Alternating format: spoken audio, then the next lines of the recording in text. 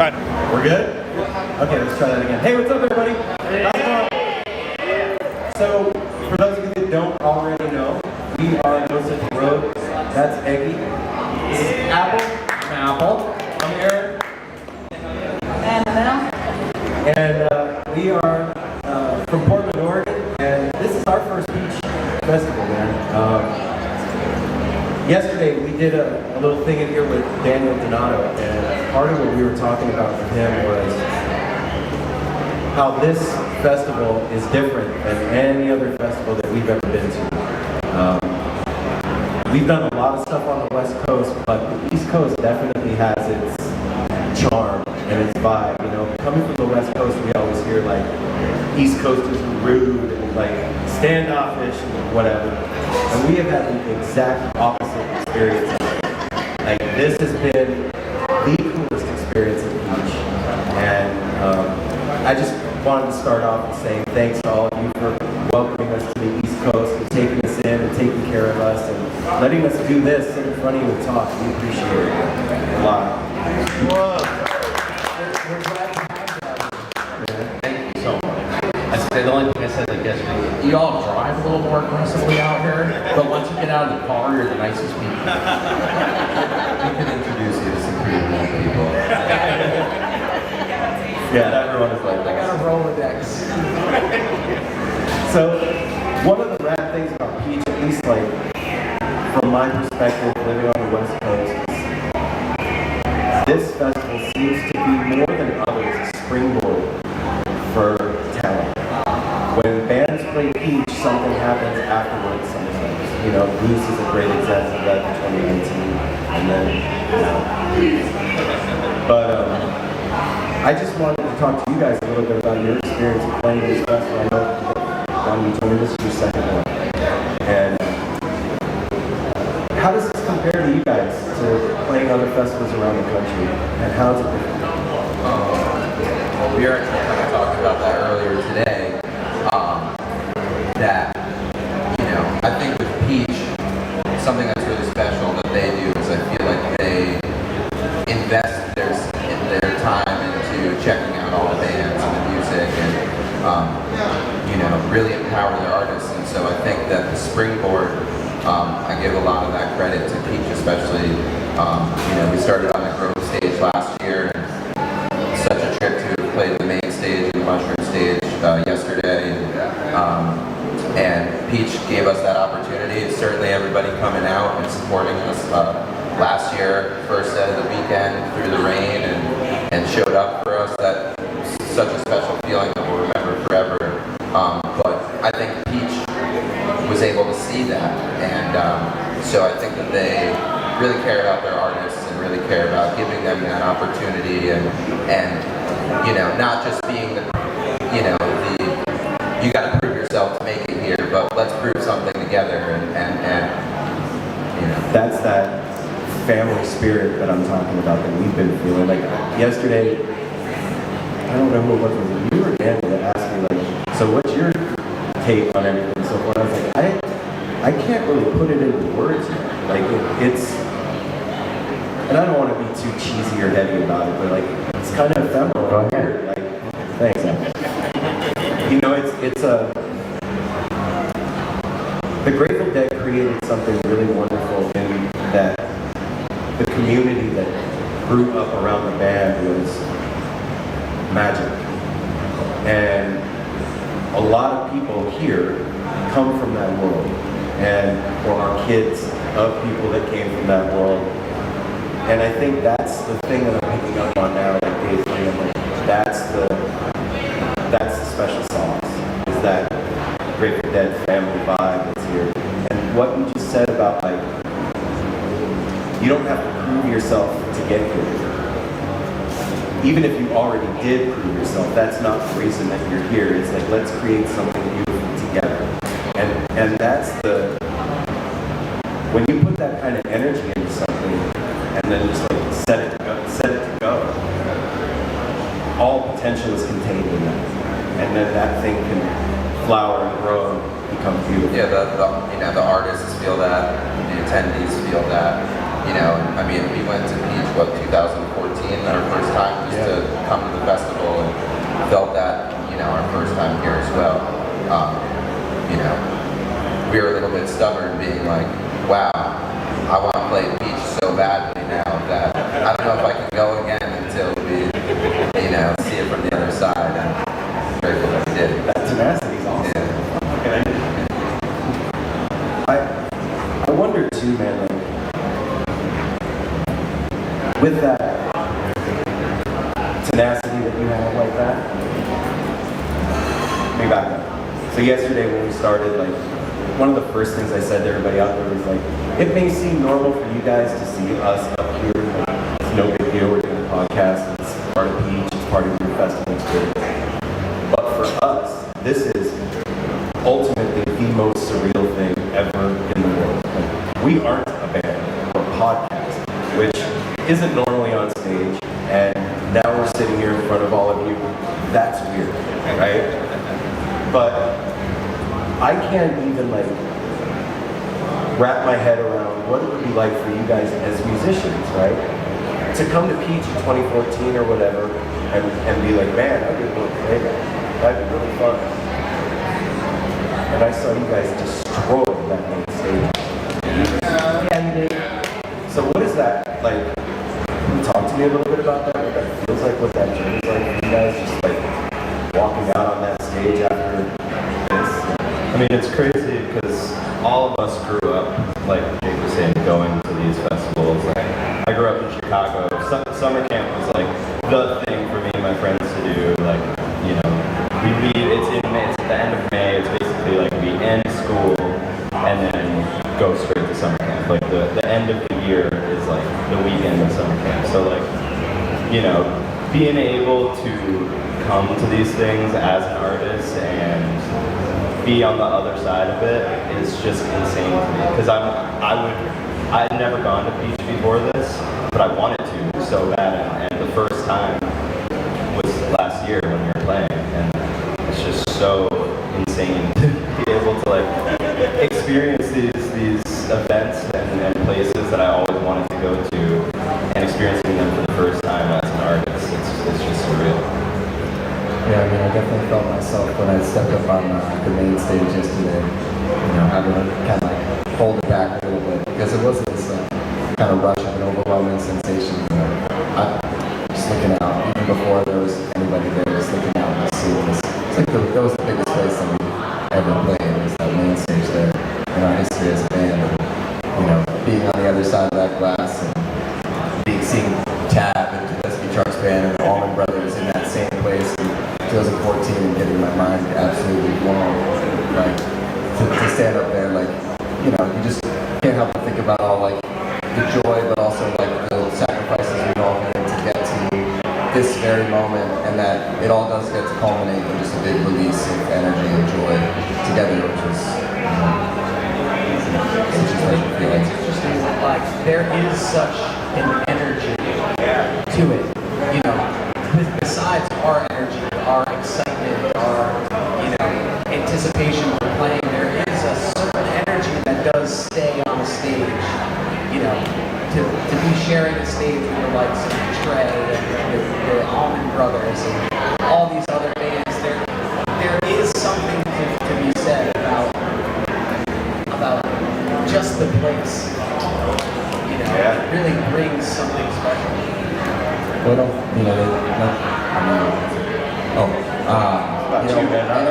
energy, you can't, it doesn't get recreated or destroyed, it just gets transferred. And I think that with the case like the Peach Festival stage and many Halloween stages across the country, and one that we're really looking forward to, just recently announced a show at Levon Helm Studios, which is at the barn on August 5th. Of course, we'd love to have that. And just knowing like the hours of passionate music that took place behind, within those four walls. It stays right there. I feel like it's time. Yeah, one other thing, just about walking out yesterday, it's like, so many new faces, as well as people, my now fiance I met 8 years ago at a small bar, and seeing her out in the crowd and seeing my parents who are so fortunate that they come and support all these things, and you know, seeing those fans that were in the room and there's 3 people there, you know, and then alongside all of these new faces that we're just so fortunate to meet, it's a heavy and incredibly empowering feeling to just go through, you know, there's so many people that we feel like we're going through this with, and it's a shared journey, and you know, everyone that comes along on that journey with us just makes it so much more special. You know that it's a huge point that was made about people coming along the journey with me. Like I said, we're from the West Coast, so we hadn't seen you guys. I hadn't heard of you. And when I started seeing you come through the algorithm on Instagram, I got swept up in that feeling, like for real. I was instantly rooting for you guys. There's a lot of bands out there, right? And I like to think that over 30 plus years of like being a part of this community and being a fan of the music,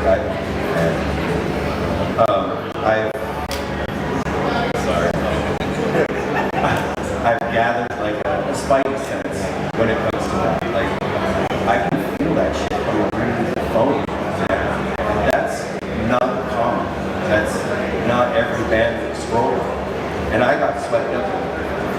And it's real. That's real. And I don't think there's anything wrong with owning it and like stepping into that power and pushing that forward with everything you guys got, because there's a wave behind you. And when you guys took that stage yesterday, it was like, that's right. That's right. I just want to say the one thing.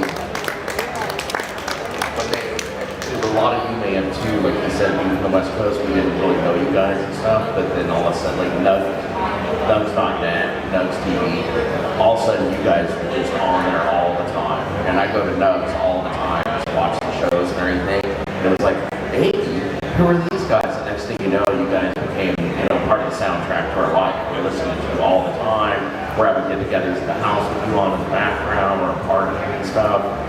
The other thing I wanted to say, which I was talking to you yesterday when we saw you for a minute, is a lot of bands you see up there on stage, and like you're taking photographs, and you gotta wait for that moment when they're rocking out, and they like have the rock face, like the Trey face and stuff like that. These guys, all 4 of them, were over there taking photos, and you could just click, click, click, click. Every single one of them, they were just killing it and giving it like 110%. Like just, like I pull that out. He disagrees with 110%. That's a little bit extra effort. You guys killed it yesterday, and we admire that so much about you guys. Well, one thing that's cool about festivals is the collaboration aspect. Is that people that you would never think that would sit in with each other sit in. So what are some of the sit-ins that you look forward to, or that you've seen that just blew your mind? Any festival.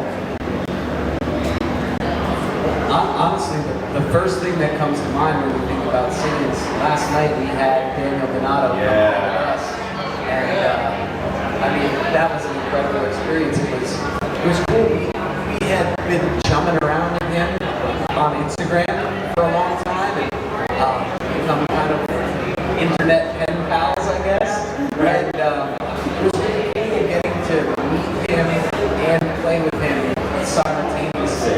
Yeah, it was almost like we got to know him while playing. Oh, wow. We had Through the vibe. yeah, because you know, after we played, we were talking to each other like different people. Like it's like we had these huge wealth of experiences condensed into 15 minutes or whatever on stage.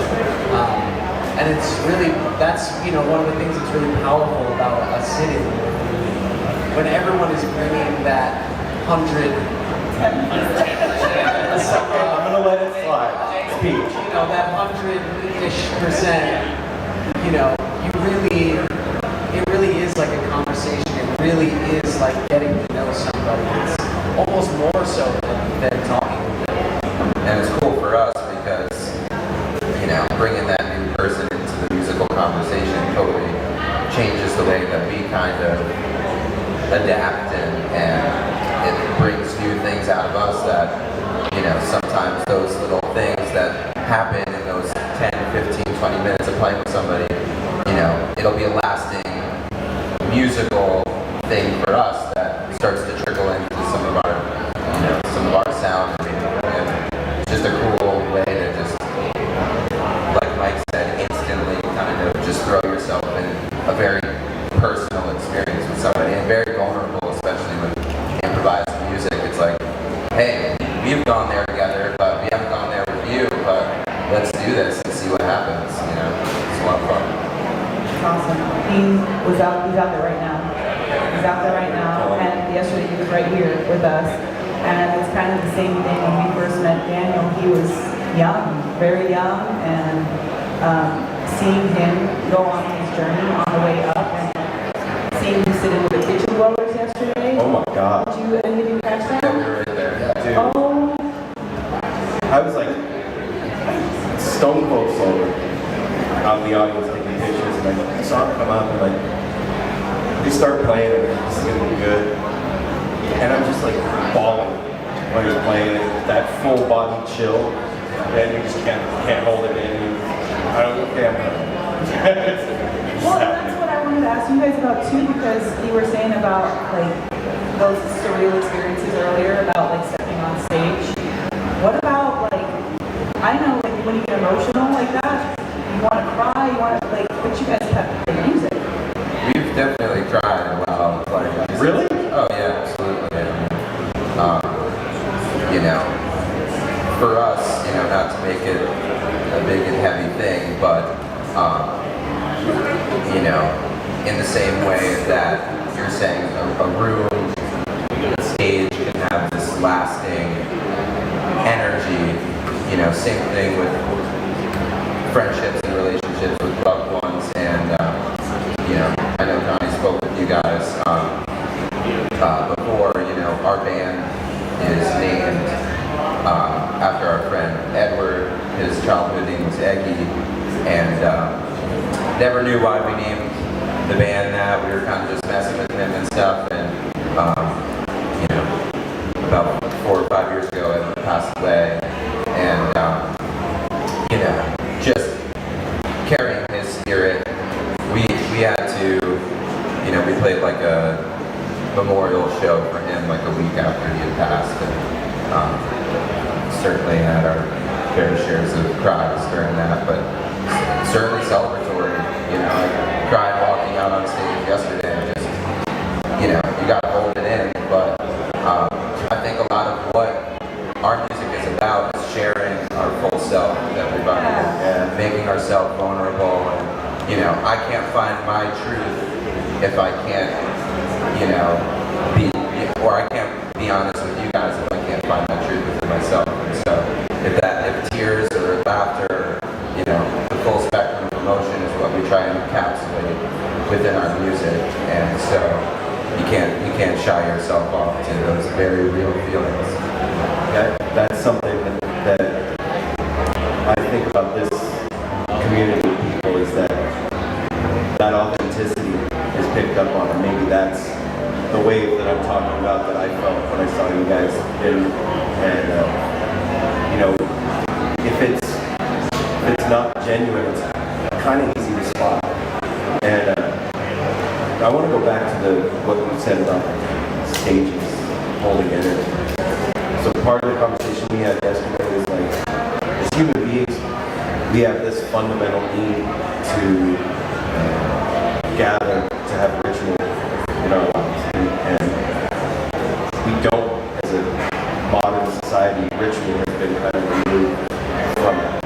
And this is a way for us to gather as a tribe, and have community, and have our ritual. So if you think about places like Red Rocks, take Red Rocks. That was Native American all around, where they would go before they were going into the battle, and like the shaman would come get up in the amphitheater and spit the energy up and bless all the warriors that were going out, and that amphitheater was used for however long for that. And now Shaman is up on the stage, and she's a musician. Warriors are out in the crowd. And that's huge, man. And that is imprinted in the silicon that makes up the rock of that place. Those are crystals, they hold energy. Totally. Yeah. Although I will say, somebody told me, you know, if we're ever fortunate enough to play Red Rocks, bring the sage. You know, people are like, you know, I had an amp, 60, 70 pound amp, never was blown over from any gust of wind before. Amps on the ground, pedals don't work. You know, people are like, make sure that you show the love and respect for that sacred ground, you know. And so, I think, you know, along those lines, a place like that for us, and I think for a lot of us in our community, is like the Capitol Theater, Port Chester. 100%. That place is like a church for us. And, you know, again, bringing it back to emotions on stage. When we got to play it as a cat, I mean, I cried like a baby just looking out there, just thinking about, you know, all the people in our lives that have been there, all the, you know, obviously the famous people that have played there, you know, Countless shows we've seen. you know, things I've listened to for years that have been there, you know, my father and uncle would see shows there when they were kids, and, you know, so it is crazy that we do have our version of, you know, temple. I just wanted to make a prediction. I think what most people sitting here will agree. We're going to be seeing them on the stage at Red Rocks. Oh, yeah. Well, we're gonna end with you guys here in a minute, but I wanted to say a couple more things to you. Is that when you come to the West Coast, when you come to the West Coast, and when you come up to the Pacific Northwest, we all have a place to We got you. stay. Yeah, doors open. away. Right? And it's gonna sound weird, but whatever. I turned 50 last year, and I didn't think that I was going to make it. If you would have known me in my 20s, you would have been like, that guy's going to be dead by the time. And this music was one of the, besides the melody, is the other thing that saved my life. This music saved my life. And it means everything to me. And to see another generation coming up that has respect for the thing and understands it and is doing it, like, makes me laugh. So just thank you guys for what you do, man. Thanks for the time off stage. This is really, like, one of the things that I get weepy and teary about, even when we're home on the podcast on Zoom. These guys just took an hour, 2 hours out of their time to set up their computer, go through Zoom and talk to us when they could be practicing, traveling, doing whatever. And to me, that I'm so grateful for that. And I'll never not be grateful for that, for you guys doing that and taking time. So thank and letting everybody know. Yeah, thank Everybody you give so it up for much. Eggy. Eddie! Give it up for Municipal Road.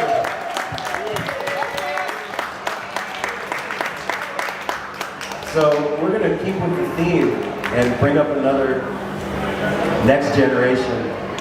Yeah. Jimmy, want to come up? Yeah.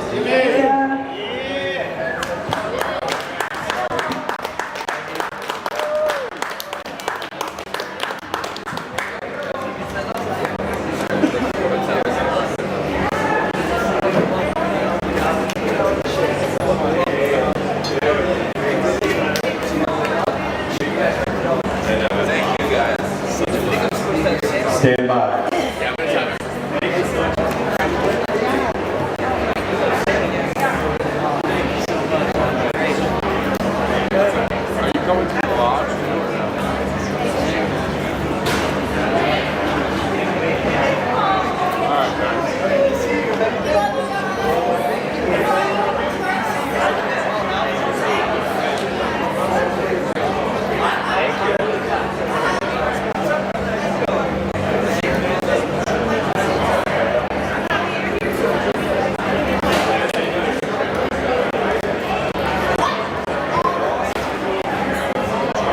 Give me just a second to dry my eyes. stop the tears and have the hugs. Thank you. Be with you in just a second.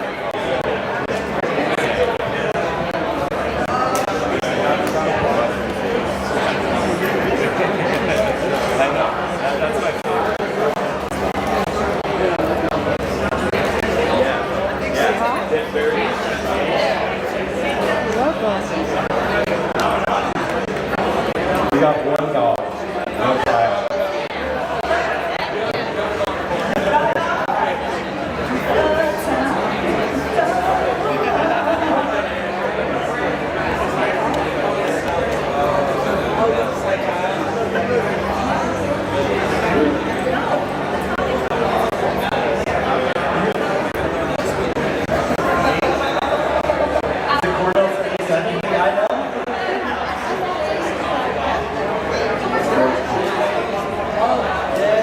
Hey, if you're watching on the live stream right now and you're seeing this, just like go grab a drink or smoke a bowl. 2 minutes. Always want to hear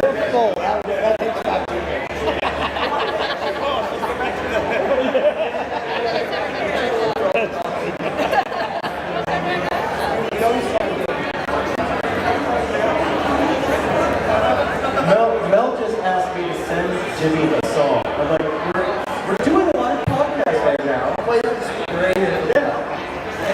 Come on, Mel. You want to sing a top dog? No. I'm glad you're comfortable on stage. I'll give you a play-by-play. Wow. Well, everybody, if you don't already know, this is Jimmy Long from Dogs in the Pile. Everybody give it up for him. Yeah.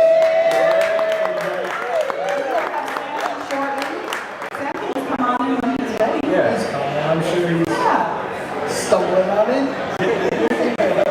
So, Jimmy, how's your festival been so far, man? Yeah. Well, I'll be honest with you guys. So we came, a couple of us went to Dead and Company yesterday at Bethel Woods, and then we decided to come here, and it's just a huge weekend, you know. But I just got here about an hour ago and ate some food, and I'm just getting warmed up and ready to hang out. How was the show? Dead and Code is just on top of it right now. Jalen was on drums, and just different, you know. But wow, they're tight. Yeah. It's so great to see them still with some steam in the engine, you know. We were talking about it the other day, like, that whole thing is an engine for turning people on. Hey, welcome, Sam.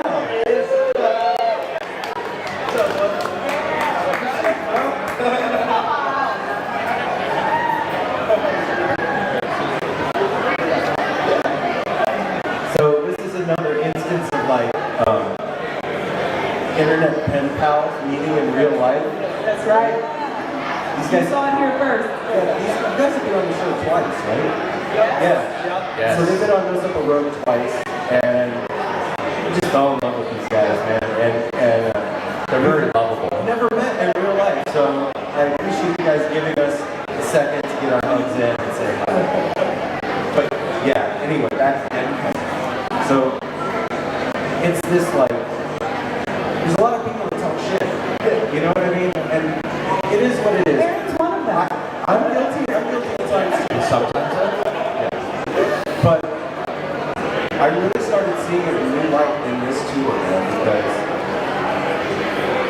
there's so many young dudes that are coming in and they're learning the music through Dead and Company. And it's beautiful. It's really beautiful, man. And I would think that happening can only help you guys, right? So are you seeing like an infusion of these people that have been going and seeing Dead and Company coming to your guys' shows too? Well, it's cool because I'm sorry to say, but I think it's cool because like a lot of the Dead and Co fans that are going now are a lot of kids like our age and younger, and they're seeing what their parents did with their whole life now, and they're like, wow, that looks fun. And then they go and they're like, wow, the music's good too.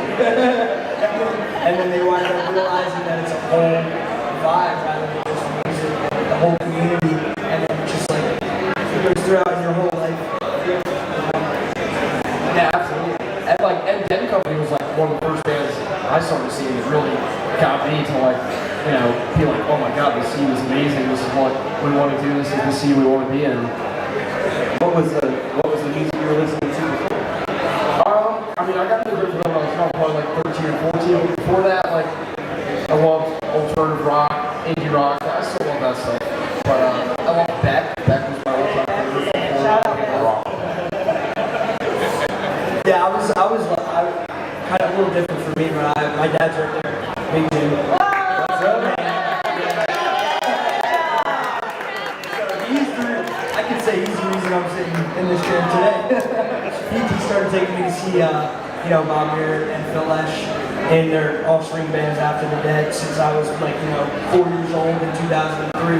He was taking me to everything, and that's all I've ever known. My first show was Cornell, 77. Yeah, right. I'm only 22. I saw Jerry.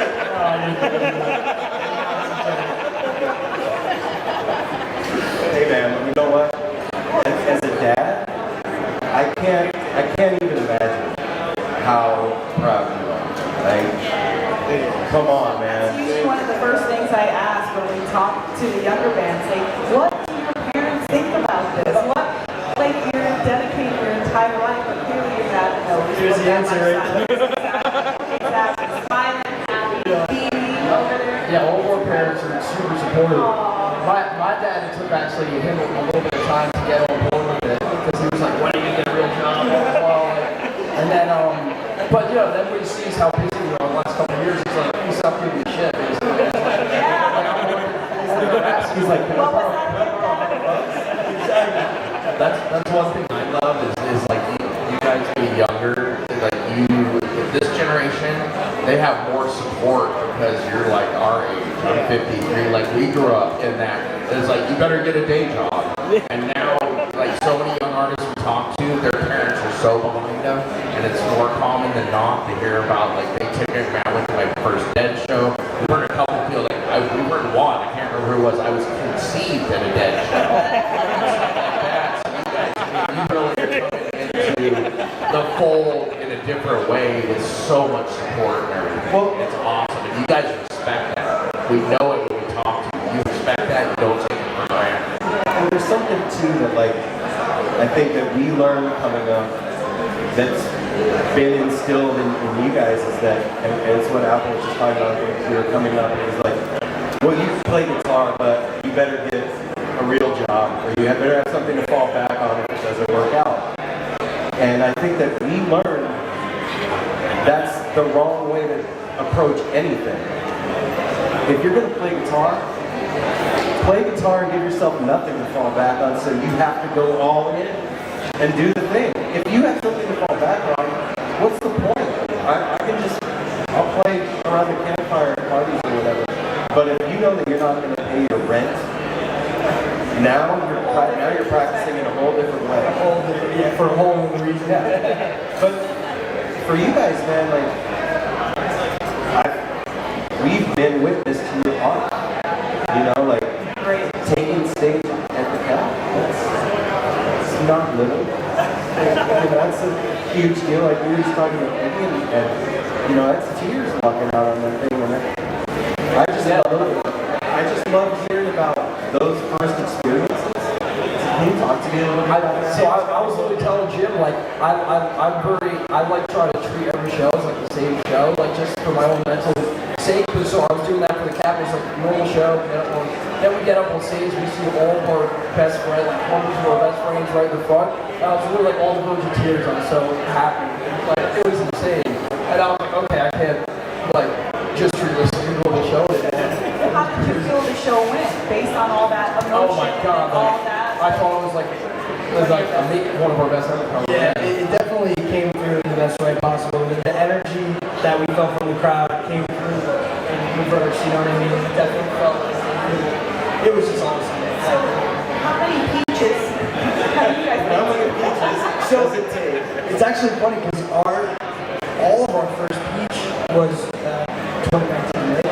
Oh yeah, the last peach, yeah, and we were all there the whole day. None of us had been here, and we all came here and we actually stumbled into the Dope Pod set, and it was all our first Dope Pod show, and we all five of us at once fell in love with Dope Pod, like head over heels. Like all of us were like the whole set. I remember us talking about this. You were the ones that told us I that. think we brought it up in the last podcast. Yeah, and like till this day, that just like inspired me. And we were listening to their set from last year all week. Oh yeah. Right.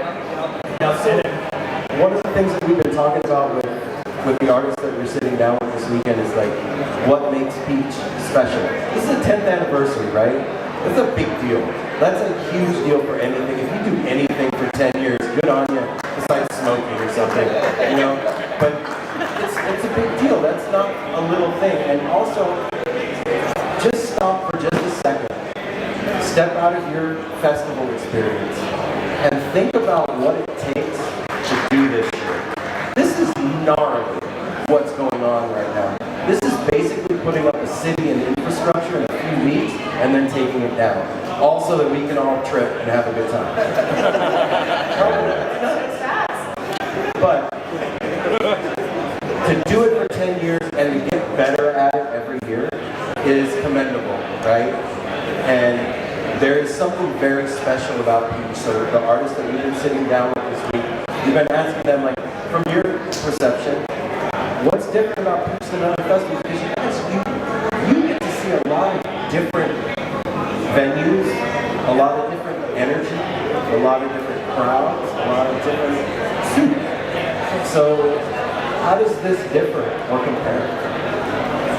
Well, I guess more specifically for us, I think we're all kind of local. You know, we're in Jersey, so I think the fact that most people that have been watching us, I've been playing. Like Peach is their favorite festival. All of our All of our friends, everybody that's from our hometown comes here, and everybody who's seen us play since like the beginning, and since we were really young, all are here. So it's like a family reunion. Yeah, here's all of our homies right here. Yep. Jersey love right there. Yep.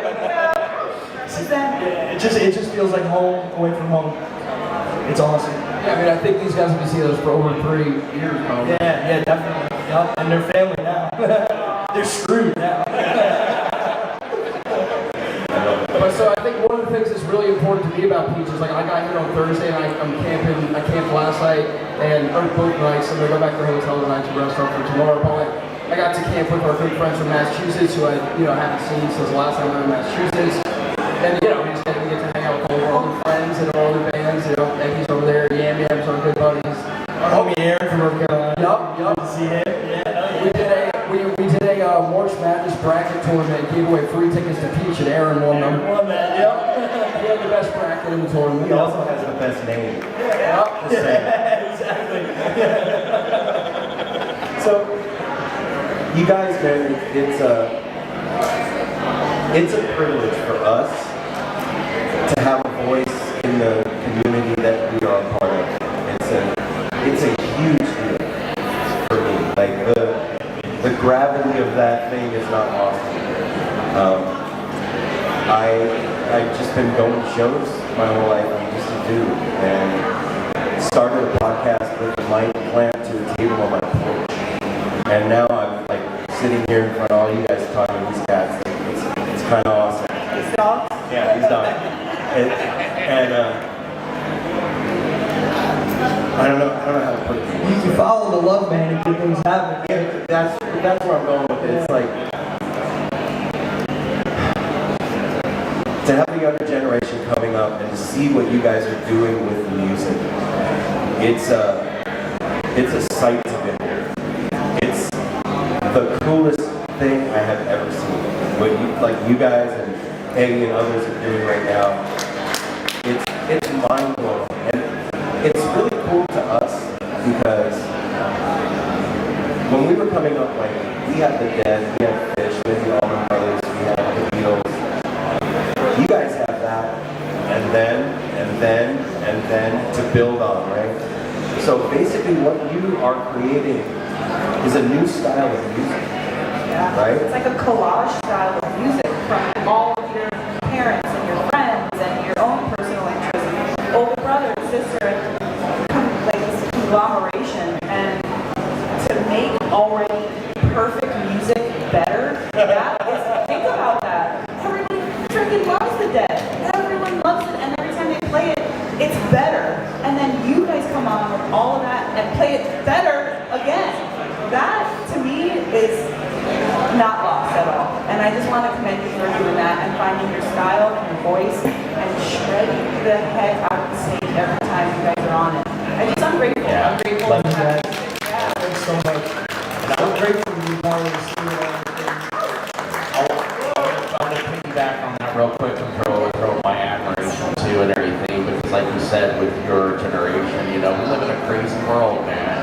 And we hear a lot of people, I have some friends, but there's no good new music out there.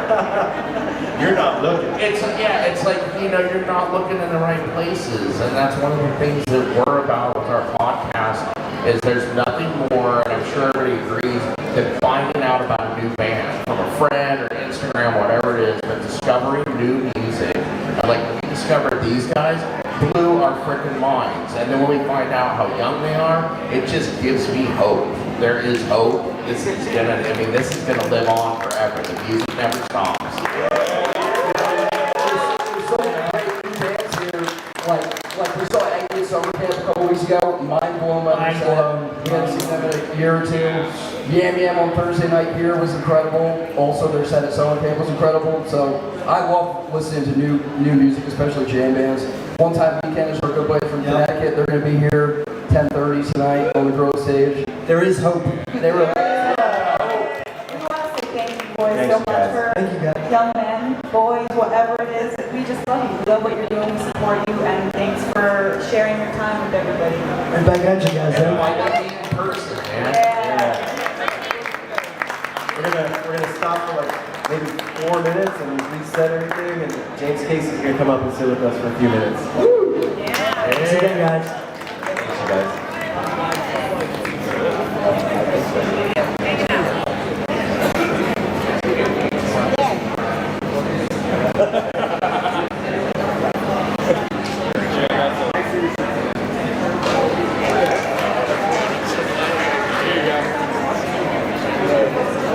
Little magnet.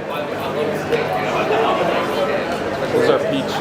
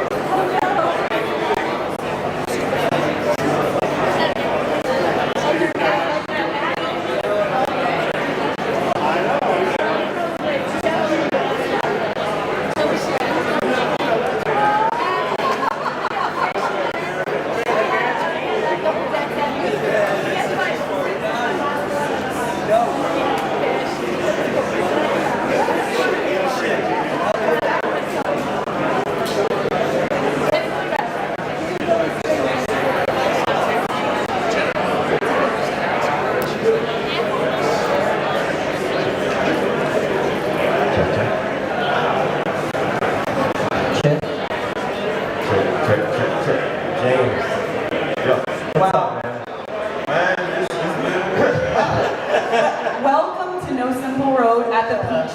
Yes. First and foremost. And thanks everybody, James Casey, for joining us. This is an honor. It's a privilege. We are so. I want to cry right now. Thank you. Bells off for Clem. I think a lot of us are here to see a lot of things this weekend, but to see Tab take the stage tonight and do what they do, and see this man do what he does, and get the opportunity to sit down with you for a few moments before you guys blow that stage up is a supreme honor. Thank you so much, Dan. I'm just glad to be here. Thank you all for asking me to come talk. I don't know what we're going to talk about, but let's go. We don't know either. Win it. Yes. Yes. No, man, one of the things about No Simple Road is, and I said this yesterday, I think it was yesterday, we've been accused of being gushy and unprofessional. So I'm And we own it. and unprofessional, true to No Simple Road form. When I saw you play Red Rocks with the kids, There's nothing else to say about that. you're crying, man. I'm not gonna cry. When I saw that happen, I've been seeing Grateful Dead music since I was 18 years old. I'm 50. That was the baddest shit I've ever seen. Straight up. Yeah. The energy that was coming from you during that show came through my TV and had me floored, like completely floored. And that's less uncommon than I would say, but it's not very common. And I'm just curious, I know that this freak show isn't yours.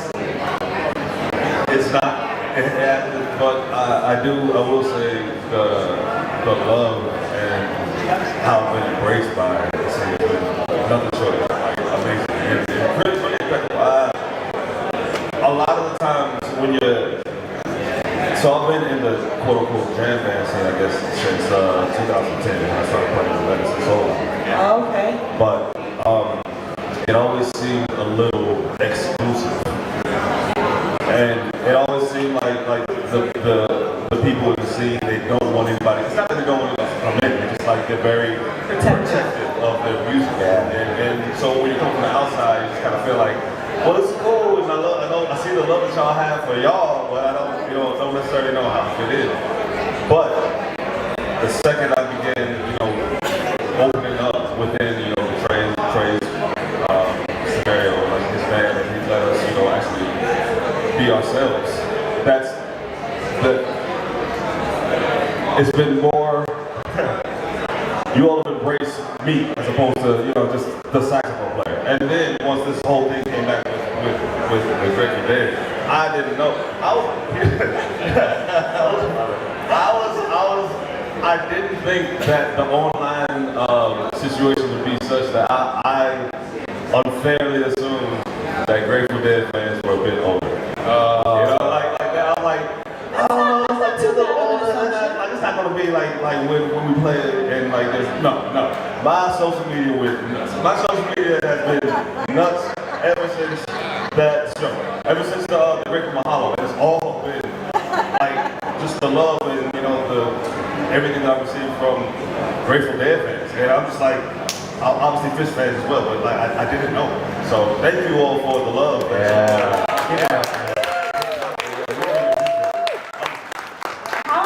How did the trade, for everybody that doesn't know, how did the trade thing how'd you hook up that whole thing? I mean, that's pretty spectacular.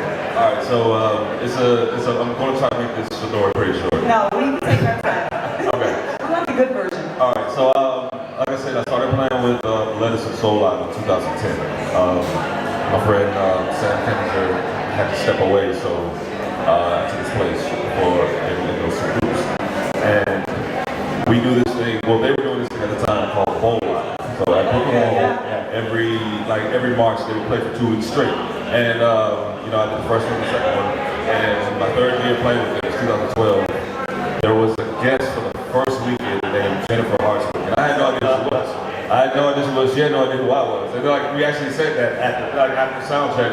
I was like, she's sing. And then she's like, who are you? You can play. I'm like, hey, we should know each other. That's cool. She did the first weekend shows, and that was it. I didn't think anything of it.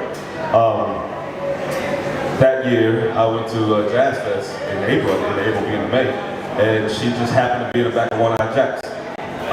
Les was playing, or like, I don't know, it might have been a Dr. Claus show, one of those associated bands, and she was backstage, her and Natalie, who I didn't know at the time. And I met them, and I was joking with Jennifer. I was like, hey, this is going to be the year James Casey gets gigs, because I need some work. I was like, get some James. She's like, I actually recommended you for something.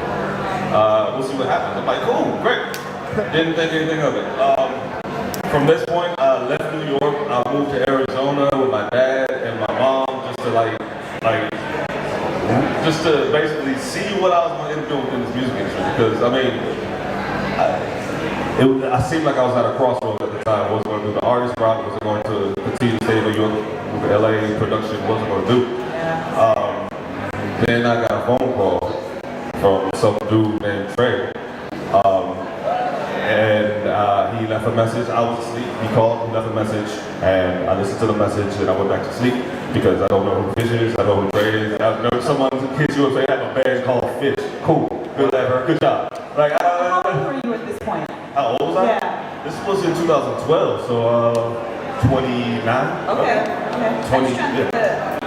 Okay. So to get a little bit more perspective, I come from the gospel realm. So I started playing drums in church when I was 2 or 3, and gospel into R&B, into hip hop, into all of that. That's where I come from, and so I didn't know anything about this stuff at all. I'm with you. Like, that was my background You're too. talking Mel's language right now. Yes. Yeah. So I follow. exactly. So when they're like, "Yo, you wanna, do this gig?" I didn't know. I called up Crash later. Once I woke up, I was like, "Yo, bro, some dude named Trey called me. I don't know who it is." He's like, "Yo, hang up the phone. Hang up the phone. Hang up the phone right now. Call him back. Say yes. Whatever it is. Hang it up. Then call me back." Cause he got so excited. And I was like, "Okay, all right. I'll call him back." And that's what happened. Wow. Okay. Wow. So, coming from the gospel world and getting on the stage with Trey and Jen and Natalie, a whole bunch, to me, it's kind of same animal, kind of. Are you having that kind of experience up there? Because I know we're having it out here. That's what he's saying. Yeah. I would say for me, playing is always going to be a spiritual experience. Wherever you like, I don't want to speak to whatever anyone else speaks to themselves as spiritual. Whatever you feel spiritual is for you. But for me, playing music is always going to be me, and between me and whatever you want to consider something bigger than you. Yes. So for me, that's what it is. So yeah, you are. Though. Yeah, absolutely, every time. Yeah. It's kind of cool to hear the story though, man. Like, and to see the pieces like being moved on the chessboard, and you have no idea what's happening in our lives. A phone call Changes your can life. change your life. Oh, but that's the thing.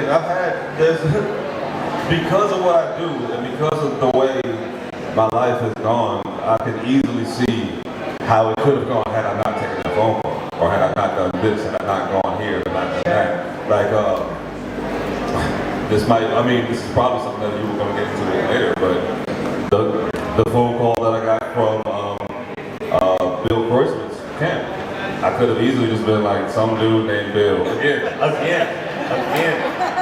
Some dude named Bill. Like, I'm in Hawaii. I get a text message.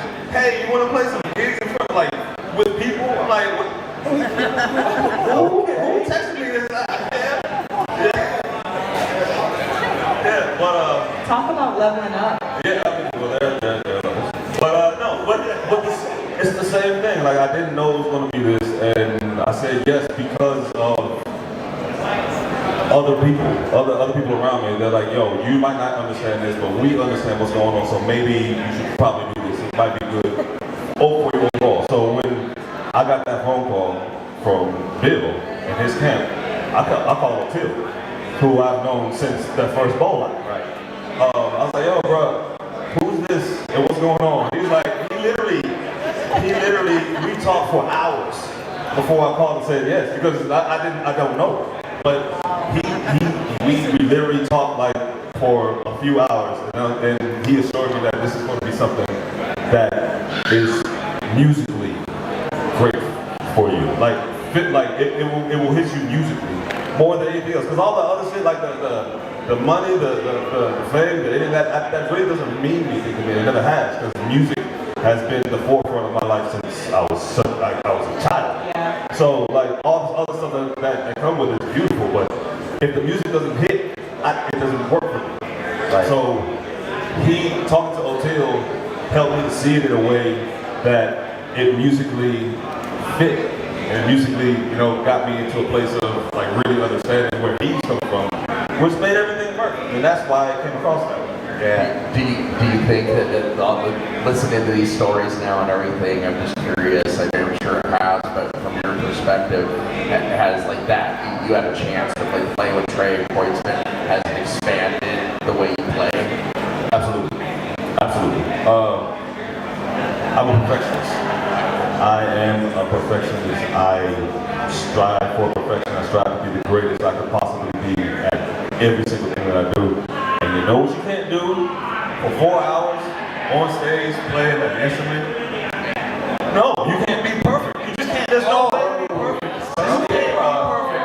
No matter how on you are, 4 hours on stage, you can't be perfect. That's a marathon. Yeah, it's a marathon. And, Perspective. yeah, so it stops the idea of perfection and revamps the idea of excellence.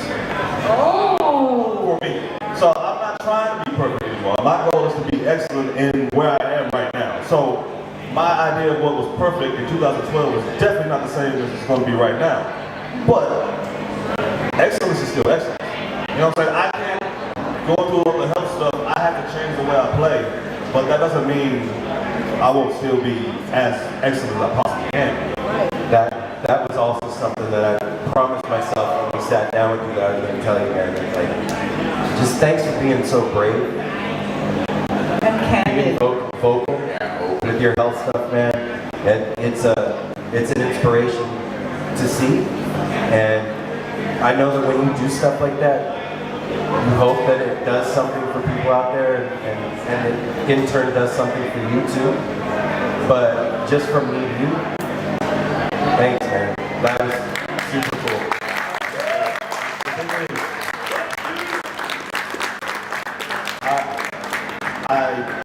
There was no, I'm not trying to do anything. I'm not trying to to promote myself or anything at all. Like, if I had no choice, I mean, if I had my choice, I wouldn't be on social media at all. I hate the idea of it.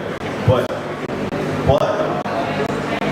if I can stop anybody from going through this shit, like, this is terrible. This disease is curable if you get it in time. But because our insurance situation doesn't allow us to, they won't pay for it until you're 45. I'm not 45, I'm nowhere near 45. It's just what it is. So, I mean, if I can help somebody else to not have to go through this, please, I'll tell everybody, I'll tell the world how difficult it is, how shitty the being in a hospital for a week with your insides all like sprawled out over, that sucks. But if I can tell the story in a way that'll just help somebody else to, you know, go get checked, please. It might help you not have to go through this shit. And it's good to see you though out and playing and doing your thing. And from our perspective, music's just even better. Like, it's Garcia actually said it. He said, when I get up on stage, sometimes I feel like I'm playing for my life. And that comes through now, man. And not that it did before, but it's apparent because of the situation. You know what I'm saying? I had to change the way I play because I'm no longer the same virtuosic player that I was 2 years ago, because I've had to literally take okay, this is a little bit more candid than you all know, but I'm going through chemo right now, so it's a 2-week chemo every other week. So for 4 to 5 days out of every 2 weeks, I'm just lying in the bed. There's nothing I can do. I can't continue to improve. I can't continue. So basically what I'm doing is every 2 weeks I'm trying to get back to being where I'm okay. Your baseline. Yeah. I'm sure like the goal is to get back to the baseline. So hopefully, what's today? Today is Saturday? Yeah, Saturday. So I gotta play today. Tonight I'm playing on Monday. And then I start back up on Tuesday. Wow. You're a warrior, man. Well, that's for real. No, look. Whether you want to be or not, realize it or not, especially in the scene, your vulnerability in your playing and then in your personal life, this is why you're feeling the love. allowing everybody to see who you are, what you are, that is why we come back. That's why we cheer. That's why we're screaming your name and wanting you to do better and go, because like your life is spread out in front of us, and we're like, we want to preserve that life. So we're giving that love and that energy for you to like get better. Come on, let's do it. I hear what you're saying about social, right?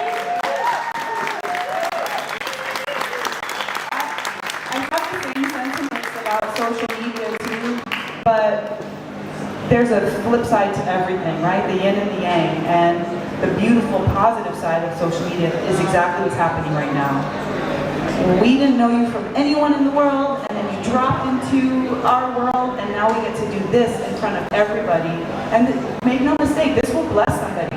This talk, this experience, they're gonna take it back with their Peach 4-day and be like, we saw James Casey, he was talking about his stuff, I got checked, whatever, we don't know what can happen. So just the fact that you're showing up in your excellence, I just want to thank you for that. Yeah, man. And, Thank you. And here's one other piece of this too, man. I know we gotta go in a second.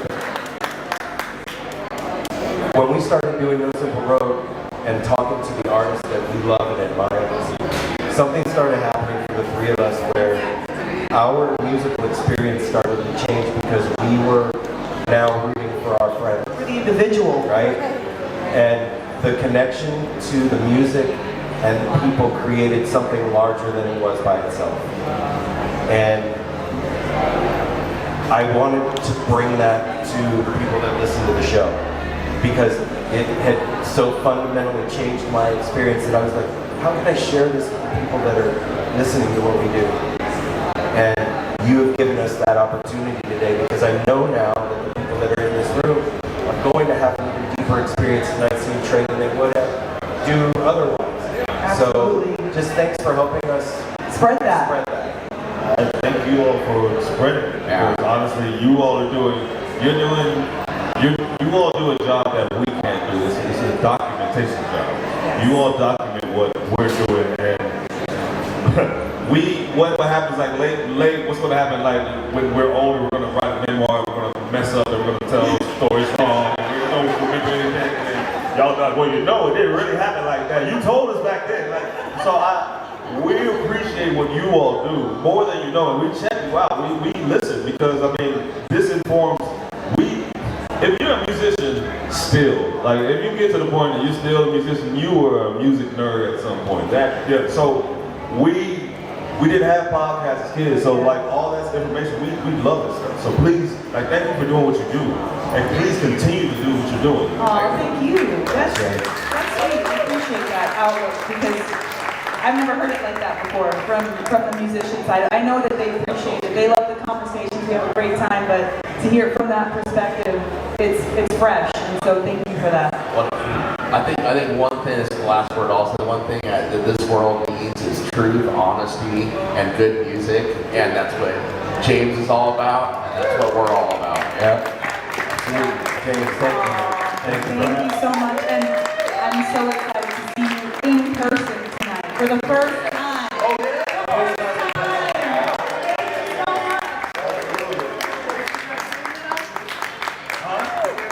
I don't know. You all know we don't have set lists. We told y'all that. There's no set list for a Trey show. I literally have no. It's like, come on, James, you can tell It's us. going to be a surprise to you and me and everybody else. We're going to share a surprise together. Everybody watching at home, thanks for watching. James Casey, everybody.